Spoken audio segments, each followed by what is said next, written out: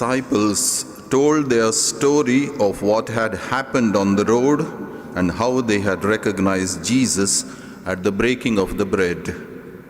They were still talking about this when Jesus himself stood among them and said to them, "Peace be with you."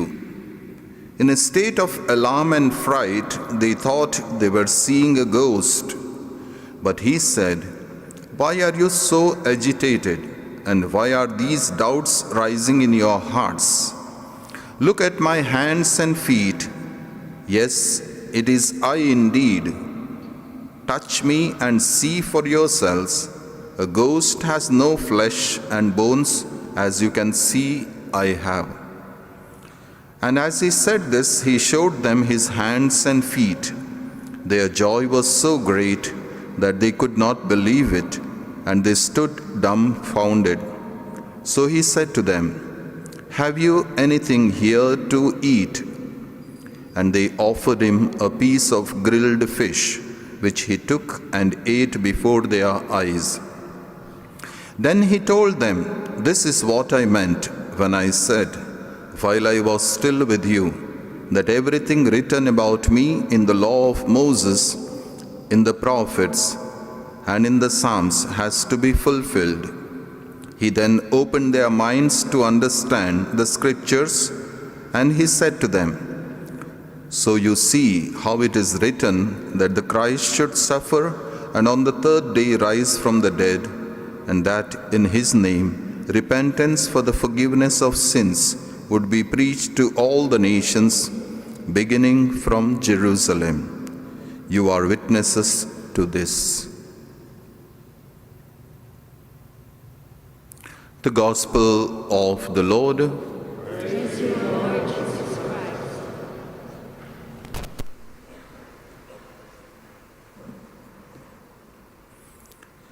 The sentence of the Gospel begins with, "The disciples told their storytelling." During this Easter season, we hear so many stories. And last Sunday we heard at the end of the Gospel, John telling us, there are many other stories. There are many stories, so many stories of Jesus after the resurrection.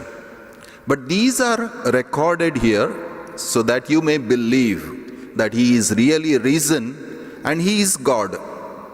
These are the stories for us. What the disciples, they went on telling others, what is recorded in the Gospel, there are very few of them. They are told again and again. They started telling other people, the disciples, early Christians, these stories. And after that they are recorded here. So that we may believe, so that we may believe that he is risen. That is the basic faith that we have. So if we don't believe that, I think our whole the building or the structure, so whatever we have built on Christianity is shattered. Because this is the faith, so that you may believe. Do we believe? Question, do we believe? The disciples found so difficult to believe this, because they knew Jesus died on the cross, he was buried there, so he is in the tomb. How can he be alive? Mary Magdalene came and she started telling her story. Two disciples, as we hear here, two disciples coming back from Emmaus, and they start telling the story that they have seen Jesus, and they were not able to believe at all. We see there was a lot of brokenness. They were frightened. So as we heard last Sunday also, the similar story we have. They were frightened. They had bolted, locked the doors, and they were sitting inside, low light, depressed, and they were frightened, sitting in the corner maybe. In such a condition, you can imagine, so somebody brings that hope, that light. Let the light shine on your face, on our faces, no? So his light has to shine, and that light comes in their life, and they were able to experience something different, but still they thought it can be ghost. The first impression that we go to the ghost, not to God, but to ghost. But first they thought it may be a ghost. Then Jesus starts clarifying, and he was able to explain to them so what had happened and what should have happened, and it has happened. Eucharistic moment, what we call. Sometimes in our life also there are challenges, difficulties, struggles, they come. How they come, we do not know. In different ways. Even these pandemic, what we call. So exactly. So we are struggling. It's sometimes when we hear stories of different people, stories of our own relatives maybe, our own friends, when we hear those stories, so we are frightened. Anxiety increases in such a moment where we are facing these anxiety, moments of challenges, facing difficulties. We fail to see God. That is the difference. As the apostles were not able to experience because they had brokenness, they had those depressed moments, so they were frightened. In that brokenness, so they were able to see only broken things. They were able to see something broken, ghost, so they were not able to see Jesus. Jesus was standing in their midst and they were not able to recognize him. So he was there to give them hope, assurance that I am with you, and they were not able to experience that. So we hear,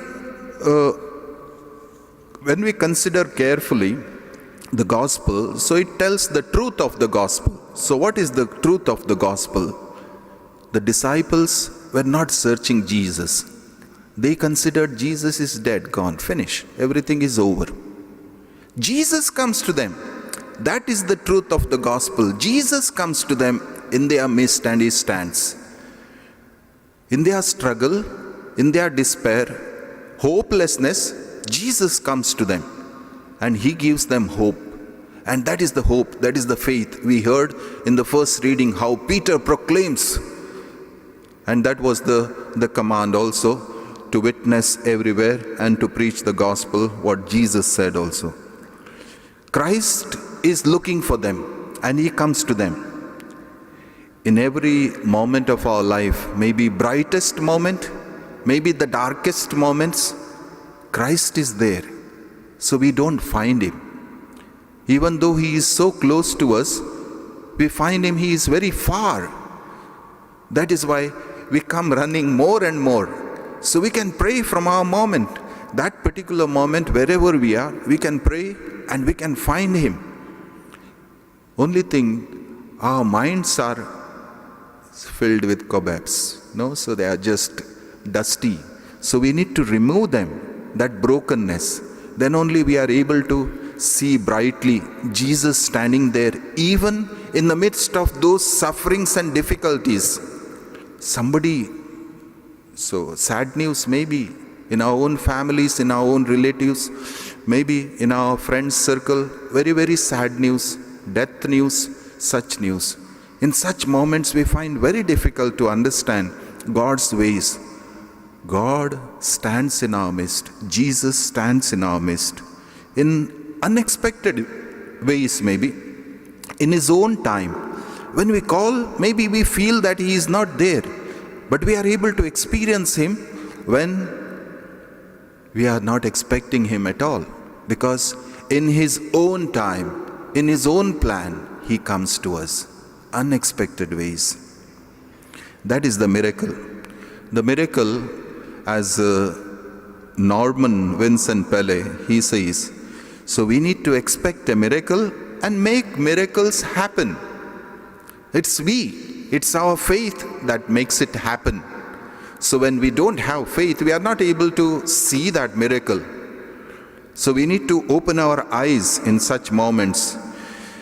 The facts, those are emphasized in the gospel today, is the reality of resurrection, Christ's resurrection. Christ is risen. So that is the faith, the deepest faith, the basic faith that all of us need to believe. So that is why Jesus says, come closely. Look at me. Look with your eyes. You have to open your eyes. And then touch with your hands. During the time of Jesus' life, during his ministry, he touched people. He touched people. And now he tells, come, touch. You need to do. Your faith has to lead to Jesus so that you may touch. Often we don't want to touch. So we are frightened, agitated. So that is why we don't go to close. Maybe we are thinking there is a ghost. There is something wrong. Is something not correct. No. Come close to me, he says. Come close. In such moments where we are frightened, and then he comes to us and tells, as he told disciples, peace be with you. That is the reality of the resurrection. Resurrected Jesus comes to us to give us peace. He comes in order to eat with us. That is the Eucharistic meal that we share with him every time when we share this Eucharistic meal. So we share with him. And then we find also Jesus explaining, speaking to them, the necessity of the cross in our life, the sufferings, difficulties we try to avoid. Certainly we need to. Certainly we try our best to take the medicine so that we don't get sick. If we are sick, immediately we go to doctor.